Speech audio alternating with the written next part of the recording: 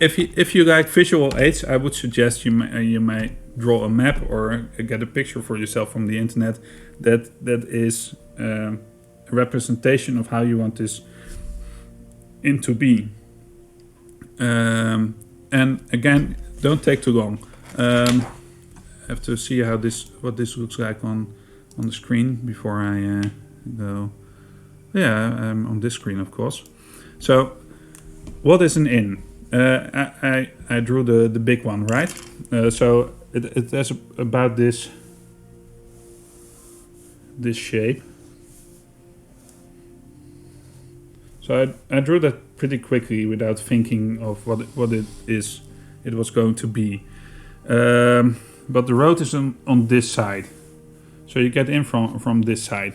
So there must be a door somewhere there. Now let's put it in the middle because that's cool. It's a double door and then there's room after it. There's probably a bar on the opposite side. And because there's no room here, there will be either probably here on the other side there will be a part where the kitchen is. So there will be a wall and probably the door will be near to the bar because the people have to get to the bar. Then you have this L shape for the tavern part of the inn. And because there's a bar, there's probably a stage somewhere. So let's put the stage here. And maybe there's a chair on it and everything. And then also because it's an inn, there's probably a stair. So there will be a stair here. See, I'm starting to draw a bit more conscious. Like that. Now, that means that this is the outside wall. There are probably some windows in there. So let's put it like that. And of course, because it's an inn, there are tables. So there's a table here, there's a table here, there's a table here near the windows, not too close to the stage, but there might still be one here with some chairs next to it. And maybe there's a long table here where people just come in after long days of work and sit with friends. And then there's another one there. And probably there are windows next to the table. So let's do it like that. Then there's, like with bar stools right there. I don't know how you call that in English. And there might be a single extra table there. And there you kind of have your inn. This might help you visualize what's happening. I haven't drawn any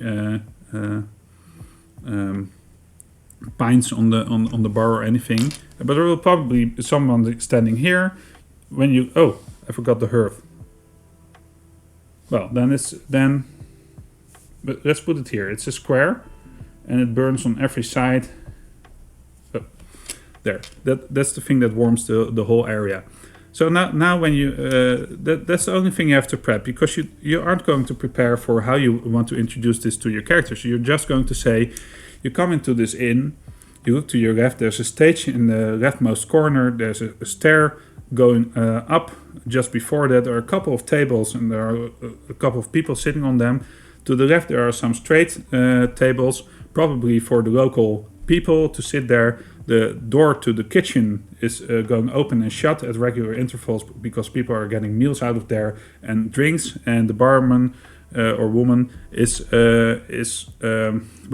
obviously cleaning a mug.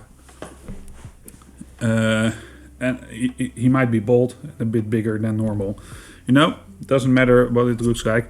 Also be a beautiful female or not so beautiful female, doesn't matter. But you can do this on the spot. And you might say there is a fire at the center that warms it all.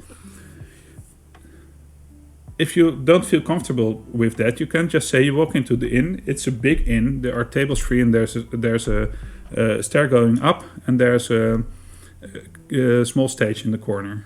You keep it at that. Or you might say, you open the doors and warmth comes at you. The ambience in the inn is amazing. Sounds are drifting from the food that's being played and enter your ear like something out of a fairy tale. I don't know. You can make it as big as you want, but you can keep it as small as you want as well. Because the thing is, the players who are on the other side of your table they have their own imagination. And if you don't fill in everything for them, the inn will start to be more what they expect an inn to be.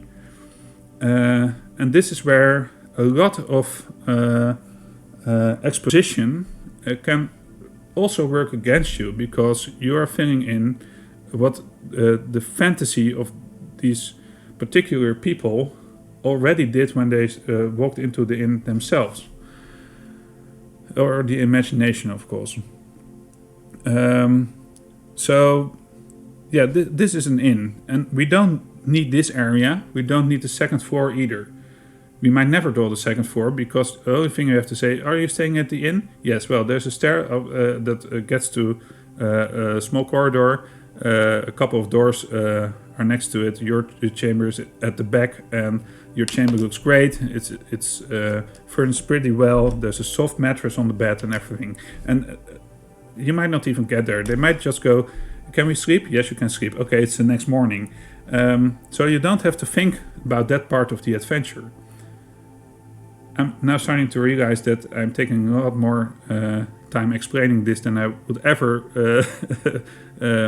use for the preparation of this adventure, because honestly, I think I would not have drawn this for this adventure. But it's an example of how this can aid you. And I hope this kind of visualization will aid you in how you handle these kinds of situations.